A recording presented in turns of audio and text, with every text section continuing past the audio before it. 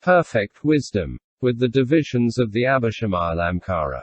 Translated by EdwardConze 1904–1979. University of California Press, Berkeley, Los Angeles, London. Chapter 64. Right Exposition. The unimpeded concentration. The cognition of the non-existence of the object of the knowledge of all modes.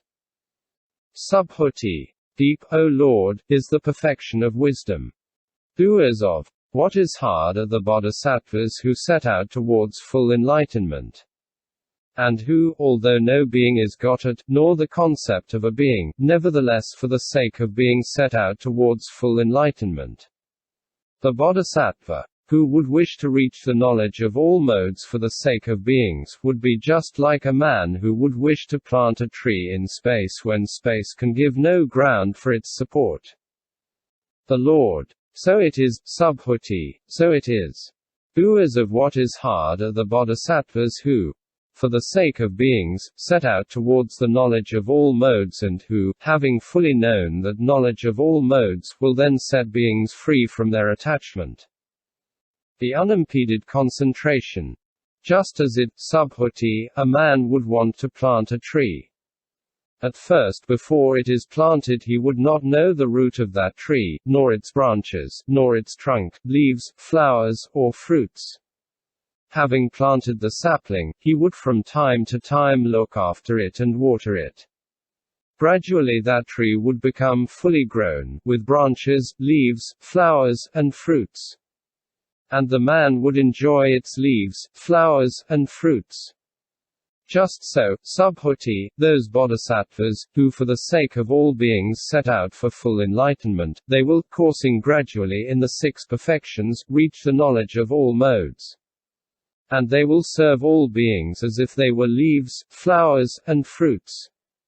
Here, Subhuti, a bodhisattva acts like a leaf in that thanks to him beings are liberated from the three states of woe. He is a flower in that thanks to the bodhisattva, the great being, beings are reborn in good warrior families, good Brahman families, good householder families, that they are reborn in the realm of the four great kings, too. Among the gods of the realms of neither perception nor non-perception. The bodhisattva, the great being, is a fruit in that, after he has reached the knowledge of all modes, he establishes those beings in the fruit of a streamwinner, too. In the enlightenment of a Pratyeka Buddha. It is thanks to just this bodhisattva, this great being, that they reach the knowledge of all modes, and when they have reached it, they will also serve all beings as if they were leaves, flowers, and fruits. And those who give them donations, they all will gradually reach the final nirvana through the three vehicles, i.e. by the vehicle of the disciples, the vehicle of the Pratyeka Buddhas, or the great vehicle they will win full enlightenment. And although they do not conceive of any being or the concept of a being, they will set free those beings from their attachment to themselves. It is thus that the bodhisattva, the great being, should course in perfect wisdom, i.e. in the conviction that those beings for whose sake I will reach the knowledge of all modes cannot be apprehended or conceived. Subhuti. That bodhisattva, that great being, should verily be known as a Tathagata. And why? For it is thanks to the bodhisattva that all the hells are cut off. All animal births, all worlds of yama, all untoward moments and states of woe, all poverty-stricken states, all inferior destinies, and the whole world of sense desire, the whole world of form, the whole formless world. The Lord. So it is, Subhuti, so it is. Just as a Tathagata should the bodhisattva be known. If, however, Subhuti, there were no bodhisattva, then the full enlightenment of the past, future, and present Buddhas and Lords would not be conceivable. There could be no manifestation of Pratyeka Buddhas in the world, nor of Arhats. And the hells, too. The formless world could not be cut off. Moreover, Subhuti, when you say that, just as a Tathagata should the bodhisattva be known, so it is, Subhuti, so it is, just as a Tathagata should the bodhisattva, the great being, be known. And why? Because that suchness through which the Tathagata is conceived, that suchness through the Pratyeka Buddha and all holy men, through which form, too, consciousness, as well as the conditioned and the unconditioned element are conceived, they are all just that suchness. Therefore is it called suchness.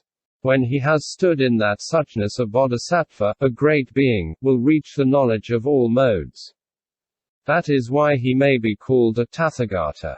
By this method should the bodhisattva, the great being, be known as just a Tathagata, when suchness is taken as the standard.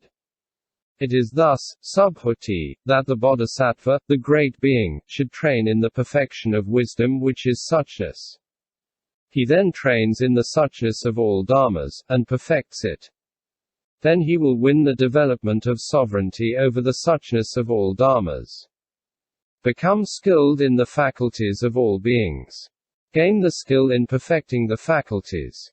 Cognize that all that concerns beings is their own work, perfect the cognition which results from resolve, and purify the cognition of the three periods of time. Coursing in the pilgrimage of a bodhisattva, he will work the wheel of beings. Purify the Buddha field, reach the knowledge of all modes, turn the wheel of Dharma, establish beings in the three vehicles, and lead them to the realm of nirvana which leaves nothing behind. It is thus, Subhuti, that the bodhisattva, the great being, on seeing all these virtues and advantages, should raise his own thought to full enlightenment, and likewise that of others. Subhuti. Worthy of homage, O Lord, by the world with its gods, men, and asuras are those bodhisattvas, great beings, who course in this perfection of wisdom as it has been expounded. The Lord. So it is, Subhuti, so it is. Subhuti. How much merit, O Lord, does the bodhisattva, the great being, who has had his first thought of enlightenment, beget when for the sake of all beings he wants to know fully the supreme enlightenment? The Lord. If, Subhuti, all beings in the great trichilocosm, as many as there are, would be established on the level of disciple or Pratyeka Buddha, would, then, these beings beget much merit. Subhuti. Much, O Lord, much, O well gone. And infinite. Merit, O Lord, a boundless merit, O well gone. The Lord. Yet the merit which would result from all beings in the great trichiliocosm becoming followers of the disciple or the Pratyeka Buddha vehicle is infinitesimal when compared with the equipment of merit of the bodhisattva who has had his first thought of enlightenment. And why? Because the disciples and Pratyeka Buddhas have been begotten by the bodhisattvas, whereas the bodhisattvas, the great beings, have not been begotten by the disciples and Pratyeka Buddhas. And the same holds good if all those beings were endowed with the virtues of the disciples and Pratyeka Buddhas. Because the virtues of the disciples and Pratyeka Buddhas have been begotten by the bodhisattvas, and not the other way round. And the same holds good if all those beings were established on the stage of right insight, or on the stage where they become one of the clan, or on any other stage up to the stage of a Pratyeka Buddha. And likewise if they had all entered on a bodhisattva's special way of salvation, then their merit would be infinitesimal compared with that of a bodhisattva, a great being. And if again all beings in the great